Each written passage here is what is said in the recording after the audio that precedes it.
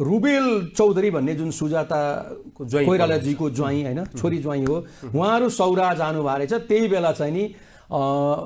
पारस शाहजी पनि आफ्नो टिम लिएर त्यहाँ पुग्नु भएको रहेछ पुग्दाखेरि अब जम्का भेट के भयो अब डिटेल त त्यो घटनास्थल मेरो कार्यक्षेत्र नभएको हुँदा सबै कुरा त मलाई चाहिँ नि त्यहाँको बारेमा थाहा हुने कुरो भएन तर त्यहाँ चाहिँ नि के रे ब्ल्याङ्क फायर के विवाद भयो विवाद हुने बित्तिकै हतियार झिकेर ब्ल्याङ्क फायर चाहिँ उहाँले गर्नुभयो भन्ने आरोप उहाँलाई लाग्यो त्यसपछि उहाँ चाहिँ पोखरा आएको देखियो हैन पोखरासम्मको ट्राभल गरेर फुलबारी होटलमा चाहिँ बसेको देखियो 3टा कि 4वटा रुम उहाँले बुक गर्नु भएको थियो जम्मा 3 जना हुनुहुन्थ्यो उहाँ र उहाँको 2 जना सहयोगी हैन तर रुम चाहिँ नि 4वटा बुक गर्नु भएको थियो फुलबारीको रुम होटल त्यसपछि त्यो बेलामा कास्की जिल्ला प्रहरी कार्यालयको प्रमुख चाहिँ नि पुष्कर कार्की हुनुहुन्थ्यो एसपी हुनुहुन्थ्यो उहाँलाई पहिला जाने आदेश भयो क्षेत्रीय कमान्ड चाहिँ नि डीआईजी हाम्रो कुबेर सिंह राणा पूर्व आईजी साहब त्यो बेला क्षेत्रीय डीआईजी हुनुहुन्थ्यो उहाँको आदेशमा उहाँ जानुभयो अब के भयो उहाँ चाहिँ नि फिर्ता हुनुभयो त्यसपछि म खाना खाँदै थिएँ मलाई जाने आदेश भयो ल उहाँलाई चाहिँ नि तिमीले गिरफ्तार गरेर हैन त्यो माथिबाट आदेश आयो प्रहरी मलाई त क्षेत्रीय डीआई साहबबाट आयो हैन सुरुवातमा त्यसपछि त अब कहाँबाट चाहिँ नि बाँकी रहेर आउनलाई हैन अनि त्यसपछि मलाई इमिडिएट बोसले आदेश दिएपछि अनि मैले चाहिँ नि खाना खाँदै छोडेर म गएर त्यहाँ ढोका नक गरेँ उहाँको सहयोगीहरू चाहिँ आउनुभयो म यो उहाँको विरुद्धमा पारस शाहजीको विरुद्धमा चितवनबाट चाहिँ नि वारन्ट जारी भएको छ यो केसको सन्दर्भमा म उहाँलाई लिन आएको भन्नुभयो हुन त कहानी त लामो छ हैन मैले करिब 7-8 घण्टा बिताएँ तर म तपाईलाई जिस्टमा चाहिँ नि भन्न चाहे त्यो बेलामा अब म उहाँलाई चाहिँ नि समाउन जाने बेलामा मलाई जुन पक्राउ पुर्जी थमाइयो नि मलाई त्यो बेलामा कस्तो भयो भन्दाखेरि हिजोको दिनमा उहाँहरू सक्रिय राजतन्त्रको सदस्य रहिरहँदा हामी त 4औं 5औं रिङमा हुन्थ्यौं उहाँको अंगरक्षक सैनिक प्रहरी आर्मी त्यसपछि 4औं 5औं रिङमा हुने हामी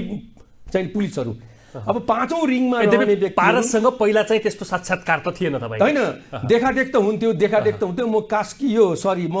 ललितपुरमा प्रहरी प्रमुख हुँदा उहाँ चाहिँ नि प्राय जसो हप्ताको 2 चोटी जस्तो चाहिँ नि त्यहाँ आउनुहुन्थ्यो कहिले राति 2 बजाउनु हुन्थ्यो 1 बजाउनु हुन्थ्यो कहिले चाहिँ 12 बज्थ्यो हैन अब उहाँको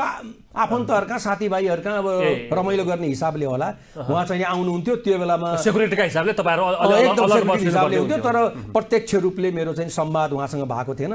गए त्यहाँ गएपछि मैले नक गरेपछि उहाँको सहयोगीहरु आउनुभयो म यो सिलसिलामा आएको भनेपछि पक्नुस् है भन्नुभयो उहाँ चाहिँ नि भित्र उनीहरु गएर अब पारस शाहजीलाई के भन्नुभयो थाहा छैन पारस शाहजी आउनुभयो अघि एसपी साहब पनि आउनुभयो एसपी आउनु भएको थियो उहाँलाई मैले गो भन्दिए उहाँ चाहिँ नि जानुभयो अनि तपाई पनि गए हुन्छ होइन हजुर मलाई त वारन्ट चाहिँ मसँग म चाहिँ नि लिएरै चाहिँ नि के रे नारायण घाटसम्म चाहिँ नि मैले लिएर जानै पर्ने हुन्छ बरु छिटो गरौँ छिटो हामी जान सक्यौं भन्ने कति जना हुनुहुन्थ्यो प्रहरी तपाईहरु चाहिँ 15-20 जनाको 15-20 जना तर माथि त म जम्मा 3-4 जनालाई लिएर गएको थिएँ माथि त्यसपछि त्यति भनिसकेपछि होइन तपाईलाई प्राइम मिनिस्टरको फोन आउँछ कहिले कसको फोन आउँछ है भनेर 4-5 जना अझ मलाई त के भन्नुभयो भने बुवा हजुरको पनि फोन चाहिँ नि आउँछ ज्ञानेन्द्र शाहजीको बुवा हजुरको पनि फोन आउँछ भनेर त्यही बेला हो त्यहाँ मलाई भन्नुभयो हैन जसको फोन आए तापनि म आदेश पालना गर्न आएको हो म चाहिँ नि तपाईलाई लिएर जान्छु बरु छिटो भयो भने अनुसन्धान चाहिँ नि अलि छिटो हुन्छ त्यहाँ हैन नारायणघाटमा भनेर पनि त्यसपछि पनि अब यसले चाहिँ नि ढिट गर्यो यसले चाहिँ नि मलाई छोड्दैन भन्ने भएपछि उहाँले कहिले के वकिल मगाउने वकिलको यहाँ कामै छैन हजुर वकिल त हजुरलाई चाहिने भनेको त उहाँ हो यहाँ त कामै छैन बरु वकिललाई हजुरको को हो उही जाँदा राम्रो हुन्छ भने मेरो स्वास्थ्य अवस्था ठीक छैन मलाई डाक्टर चाहिँ नि बोलाइदिनु पर्यो डाक्टर पनि राजीव शाह उहाँको चाहिँ नि सायद धीरेन्द्र सरकार उहाँको चाहिँ नि पारस शाहले चाहिँ त्यही तपाई त्यही भन्नुभयो डाक्टर चाहियो मलाई स्वास्थ्य ठीक भयो डाक्टर चाहियो भन्नु मैले के भने बुद्धि बहादुर थापा भन्ने मेरो परिचित भएको उहाँ गण्डकी अञ्चल गण्डकी क्षेत्रको मेडिकल सुपरिन्टेन्डेन्ट हुनुहुन्थ्यो त्यो बेला उहाँ चाहिँ नि स्ट्यान्ड बाई हुनुहुन्छ एम्बुलेन्स पनि छ त्यसले गर्दा डाक्टरको समस्या हजुरलाई हुँदैन हैन जाउँ बरु छिटो भने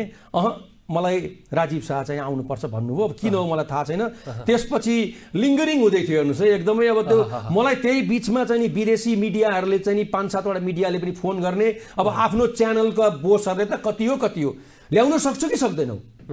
एसपी साहब गयो, तिमी गएछौ त्यहाँ, सक्छौ कि सक्दैनौ? म कुनै पनि हालतमा ल्याउँछु भने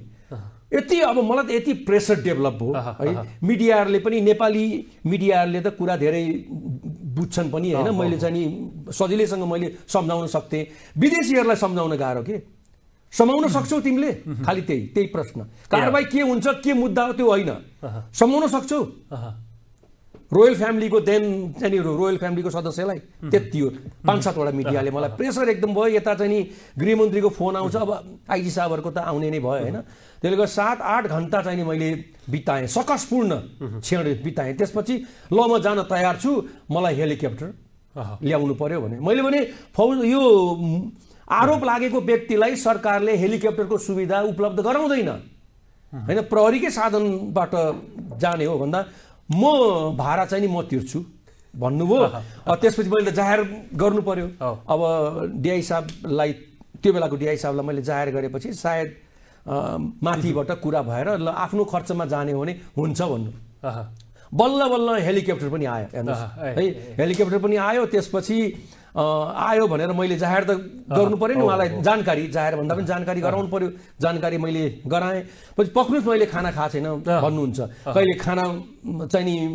अर्डर गर्नुहुन्छ, खाना आउँछ पनि फेरि मेरै ढोकाबाट त आउने हो नि, म उभिएको ढोका बाहिर आउँछ पनि फेरि। कहिले के मगाउनुहुन्छ, कहिले के मगाउनुहुन्छ, यसो ढोका खोल्छु, एकदम चुरोट तानिरहेको पनि